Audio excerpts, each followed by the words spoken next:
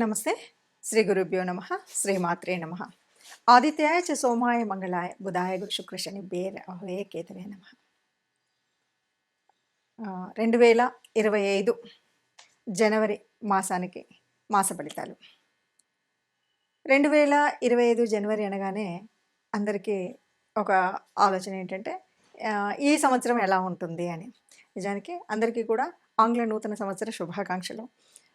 జనవరిలో మరి కొత్తగా మనకేం మార్పు ఉంటుంది ఏంటి అంటే, నిజానికి మన సనాతన ధర్మంలో ఉన్న శాస్త్రీయతలో మనం ఎప్పుడు కూడా సంవత్సర ఫలితాలనేవి తెలుసుకునేటప్పుడు ముఖ్యంగా ఉగాది నుండి ఉగాది వరకే మనం తెలుసుకుంటాం. కానీ ఇది మన కన్వీనియన్స్ కోసం పెట్టుకున్నటువంటి గ్రెగేరియన్ క్యాలెండర్ ప్రకారంగా కొత్త సంవత్సరం ఆంగ్లేయులు ప్రపంచవ్యాప్తము ఇదంతా ఒకటి సిద్ధాంతం ఉంది కాబట్టి ఆంగ్ల నూతన సంవత్సరం అని చెప్తున్నాం. కానీ ప్రతి మాసంలో ఎలాగైతే మన గ్రహాలు గోచార రీత్యా సంచారం జరుగుతూ ఉంటుందో అదే ఉంటుంది. ఇక్కడ కొత్తగా ప్రకృతిలో వచ్చేటువంటి మార్పు కానీ గ్రహాల యొక్క గమనంలో కానీ ఎప్పుడు వాటి స్థితిని బట్టి అంటే ఒక్కొక్క గ్రహానికి ఒక్కొక్క రాశి మారడానికి కొంత సమయం పడుతుంది. చంద్రుడికైతే 2.5 రోజులకి ఒకసారి, అలాగే మరి ఇంకా మిగతా వాటికి ఒక శనిగ్రహం చూస్తే మనకు తెలుసు 18 అంటే చాలా పెద్ద గ్రహాలకు ఒకలాగా, చిన్న గ్రహాలకు ఒకలాగా, నెల లోపల తిరిగే వాటికి 45 రోజుల్లో తిరిగేవి. రవి లాంటి వాడు కరెక్ట్గా నెల వచ్చేసరికి మారుతూ ఉంటాడు. ఇలాంటివి గ్రహాల యొక్క గమనం ఉంటుంది. మరి ఇలా ఉన్నప్పుడు జనవరి మాసంలో ఎలా ఉంటుంది, ఏ రాశి అంటే గోచార రీత్యా ఏ రాశిలో ఏ గ్రహాలు ఉన్నాయని కనుక మనం ముందు చూసినట్టయితే ఈ మాసంలో మనకు ముందు నుండి ఉన్నట్టుగానే రాహు మనకి మీనరాశిలో ఉంటుంది, కేతువు కన్యారాశిలో. ఈ దాదాపుగా చాలా నెమ్మదిగా కదిలేటువంటి గ్రహాలు కాబట్టి ఇప్పుడప్పుడే మారే పరిస్థితి లేదు అన్నట్టుగా మనకు కొంత కాలం నుండి ఉన్నాయి. సరే, గురువు వృషభంలో ఉన్నాడు, సేమ్ వక్రించే ఉన్నాడు. తర్వాత కర్కాటక రాశిలో ఉన్నటువంటి కుజుడు మళ్ళీ వక్రగతిలో ఉన్నాడు. కాకపోతే ఈ నెల 21వ తారీఖు మళ్ళీ వెనక్కి వెళుతూ ఉన్నాడు, అంటే మిథున రాశిలోకి వెళుతూ ఉన్నాడు. తర్వాత ఇక బుధుడి దగ్గరికి వచ్చేసరికి వృచ్చికంలో ఉన్నాడు, 4వ తారీఖు మారి ఆయన ధనుసులోకి వెళ్తాడు. ఆ తర్వాత మళ్ళీ 25వ తారీఖు వచ్చేసరికి మకరంలోకి ప్రవేశిస్తాడు. ఇది మనకు బుధుడి యొక్క గ్రహస్థితి. ఇక రవి ప్రతి మాసానికి ఒకసారి మారుతూ ఉంటాడు. ముఖ్యంగా ఈ మాసంలో రవి యొక్క ప్రత్యేకత చాలా ఎక్కువ. ధనుసు రాశిలో ఉన్నటువంటి రవి మకరంలోకి మారడం వల్లే మనకి కొన్ని మార్పులు, ఉత్తరాయణ కాలం రావడం కానీ మకర సంక్రాంతి రావడం కానీ జరుగుతుంది.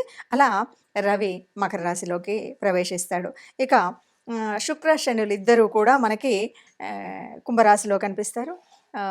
మీనరాశిలో రాహు ఉన్నాడు అని చెప్పుకున్నాం. అయితే శుక్రుడు 28వ తారీఖు మనకి మీనరాశిలోకి వెళ్ళడం అనేటువంటిది ఉంటుంది. మరి ఇలాంటి గ్రహస్థితి ఉన్నప్పుడు అంటే గ్రహాల యొక్క గమనం ఇలా ఉంది. మరి ఇలా ఉన్నప్పుడు ఒక్కొక్క రాశి వారికి ఎలాంటి ఫలితం కనిపిస్తుంది? ఎందుకు అంటే మనకి కొన్ని యోగించే గ్రహాలు ఉంటాయి, కొన్ని యోగించని గ్రహాలు ఉంటాయి. గ్రహాల యొక్క స్థితి, యుతి, దృష్టి వీటన్నింటి మీద మన యొక్క గ్రహస్థితి ఉంటుంది.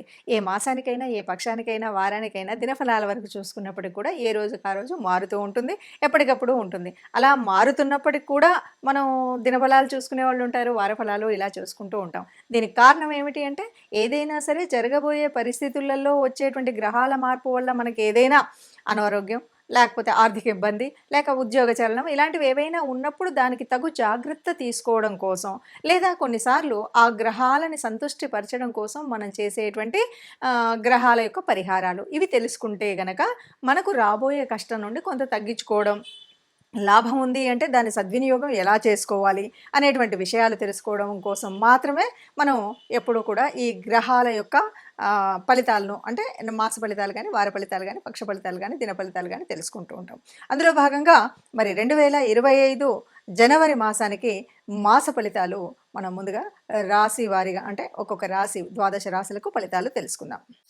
తదుపరి రాశి ధనుసు రాశి వారికి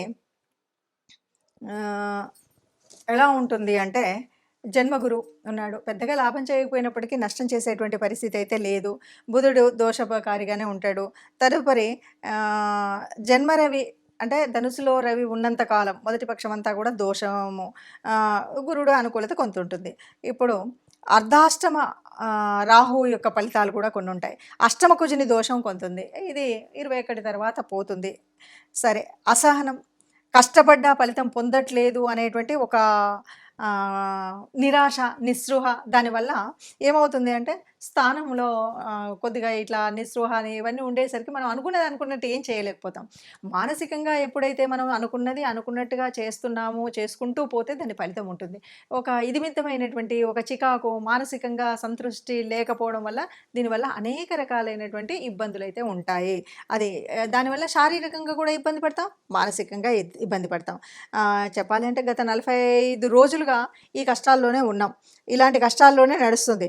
అయితే ఇప్పుడు ఈ రాశి వారికి రెండవ పక్షంలో గనుక ఆలోచించినట్టయితే 15 నుండి ఈ మార్పయితే ఉంటుంది. చక్కటి రిలీఫ్ అయితే వస్తుంది. నెమ్మదిగా ఇప్పటివరకు ఉన్నటువంటి కష్టకాలం పోతూ, మనం అనుకున్న అనుకూల పరిస్థితులు వచ్చేటువంటి పరిస్థితి ఉంటుంది. అయితే మొత్తంగా ఇది ఎలా ఉంది అంటే మొదటి పక్షంలో ఒకలాగా, రెండవ పక్షంలో ఒకలాగా ఉంది కాబట్టి మిశ్రమ ఫలితాలుంటాయి ఈ రాశి వారికి. అంటే ముందు నుండి కూడా మనం చెప్పినట్టు ఒక్కొక్క రాశి వారికి మిశ్రమ ఫలితాలు, ఒక్కొక్క రాశి వారికి లాభాలు, ఒక్కొక్క రాశి వారికి నష్టాలు. లాభం ఉన్నా, నష్టం ఉన్నా మనం ఏం చేస్తున్నాము అంటే ఆ గ్రహాల అనుకూలత కోసం పాటుపడ్డం, అలాగే దేవత అనుగ్రహం కోసం మనం శ్రమపడ్డం. ఈ 2 చేస్తాం. ఈ 2 చేసి ఏవి చేయకూడదు, ఏవి చేయాలి ఇది కదా మనం ఆలోచిస్తుంది. అలా గనక చూసినట్టయితే ధనుసు రాశి వారికి మిశ్రమ ఫలితాలు ఉన్నాయి. అంటే ఆర్థికంగా వచ్చేటువంటి సంపదను కష్టపెట్టుకోకూడదు. ఇప్పటికే 45 రోజులుగా అంటే నెలన్నర రోజుల నుండి చాలా కష్టపడుతున్నటువంటి మానసికంగా, శారీరకంగా ఇబ్బంది పడుతున్నటువంటి ఈ పరిస్థితి నుండి కొంత దాటుకొని ముందుకు పడడానికి కొద్దిగా మనకి 15వ తారీఖు నుండి అనుకూలమైనటువంటి పరిస్థితి ఉంది కాబట్టి ఆ పరిస్థితిని ఆహ్వానిస్తూనే ఇంకా అంతకంటే వరస్ట్‌గా వచ్చేటువంటి సిచ్యువేషన్ రాకుండా ఉండాలంటే మనం మాట్లాడేటప్పుడు, మనం సమాజంలో కదులుతూ ఉన్నప్పుడు, మనం చేసేటువంటి పనుల యొక్క ఆర్థిక వ్యవహారాల్లో అలాగే ఆర్థికంగా, హార్దికంగా అంటే మనం మన వాళ్ళతో, బంధువులతో వాళ్ళతో మాట్లాడుతున్నప్పుడు ప్రేమగా మాట్లాడడం, అనుకూలంగా మాట్లాడడం, లేదంటే మనము మంచి మాట్లాడినా చెడుగా అనిపిస్తూ ఉంటుంది. కాబట్టి ఆర్థికంగా, హార్దికంగా మంచిగా మాట్లాడడం అంటే నోరు మంచిదైతే ఊరు మంచిదవుతదంటారు కదా!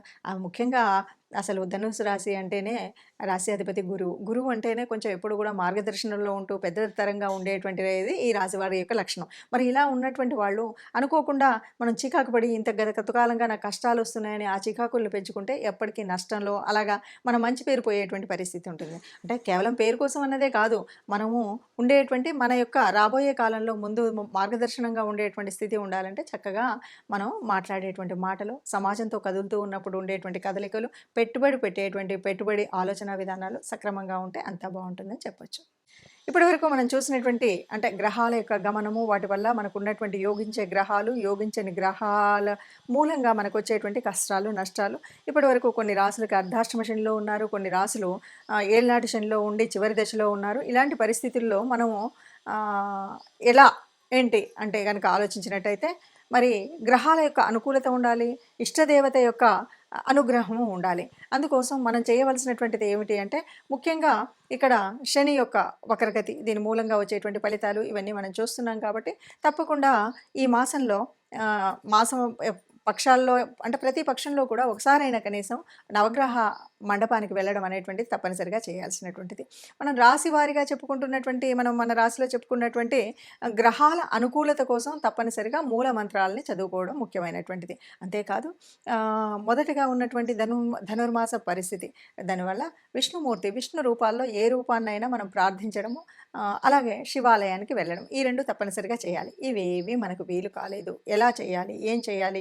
మరి నాకు గ్రహస్థితి మార్పు ఉండాలి, ఇదంతా నేను ఆనందంగా ఉండాలి, హాయిగా ఉండాలి, ఆరోగ్యంగా ఉండాలి అని యోచించేవాళ్ళు మనుషులకు. కాకపోతే గోశాలకు వెళ్ళడం, గోగ్రాసం ఇవ్వడం ఇది మన వల్ల కాలేదు. మన ఇంట్లోనే మనం చేస్తున్న చోట, మనం ఉన్నటువంటి చోటనే ఉన్నటువంటి కార్మికులకు ఎవరైనా సరే అన్నం ఒకరోజు భోజనం పెట్టించడం కానీ, వారికి కావాల్సినటువంటి వస్తువుల్ని దానం చేయడం కానీ చేసినట్టయితే మనకున్నటువంటి గ్రహాల అననుకూలత పోయి అనుకూలత వచ్చేటువంటి పరిస్థితి ఉంటుంది. ఎవరైనా సరే అందరం అనుకూలంగా ఉండాలి, గ్రహాల అనుకూలంగా ఉండాలి, దేవతల యొక్క అనుగ్రహం ఉండాలి. దీనికి కూడా దేవతా అనుగ్రహం కోసం ఇష్టదేవతా ప్రార్థన అనేటువంటిది మర్చిపోకుండా చేయాలి. లేదు బయటకు వెళుతున్నాం, ఏ కష్టం రాకుండా ఉండాలి అని అనుకున్నప్పుడు మనం తప్పనిసరిగా ఏదైనా ఒక చిన్న శ్లోకం రాముడికి సంబంధించినటువంటిది ఏదైనా సరే ఆపదామపహర్తారం దాతారం సర్వసంపదాం లోకాభిరామం శ్రీరామం భూయో భూయో నమామ్యహం అంటాం కదా. ఇది చదివితే ఎప్పుడూ కూడా ఎక్కడా కష్టం ఉండదు. ఇంత పెద్ద శ్లోకం మాకు కష్టం అంటే అనుకుంటే కనీసం ఆ అమ్మని తలుచుకోండి. శ్రీమాత్రే నమః అనుకోండి. శ్రీమాత్రే నమః అనుకుంటూ మనం ఏదైనా పని మొదలుపెట్టినా, బయటకు అడుగుపెట్టినా మనం ఇలా చేసినట్టయితే మనకున్నటువంటి కష్టాలన్నీ పోయి అనుకూలమైనటువంటి పరిస్థితిలో అన్ని మాసాల్లాగానే మనం అందంగా మనందరం కూడా ఆనందంగా ఉండాలి, సంతోషంగా ఉండాలి. ఆ సంతోషంగా ఉన్న వాళ్ళలో మనం తప్పనిసరిగా ఉండాలి అని కోరుకుందాం. సర్వే జనా సుఖినో భవంతు అందాం.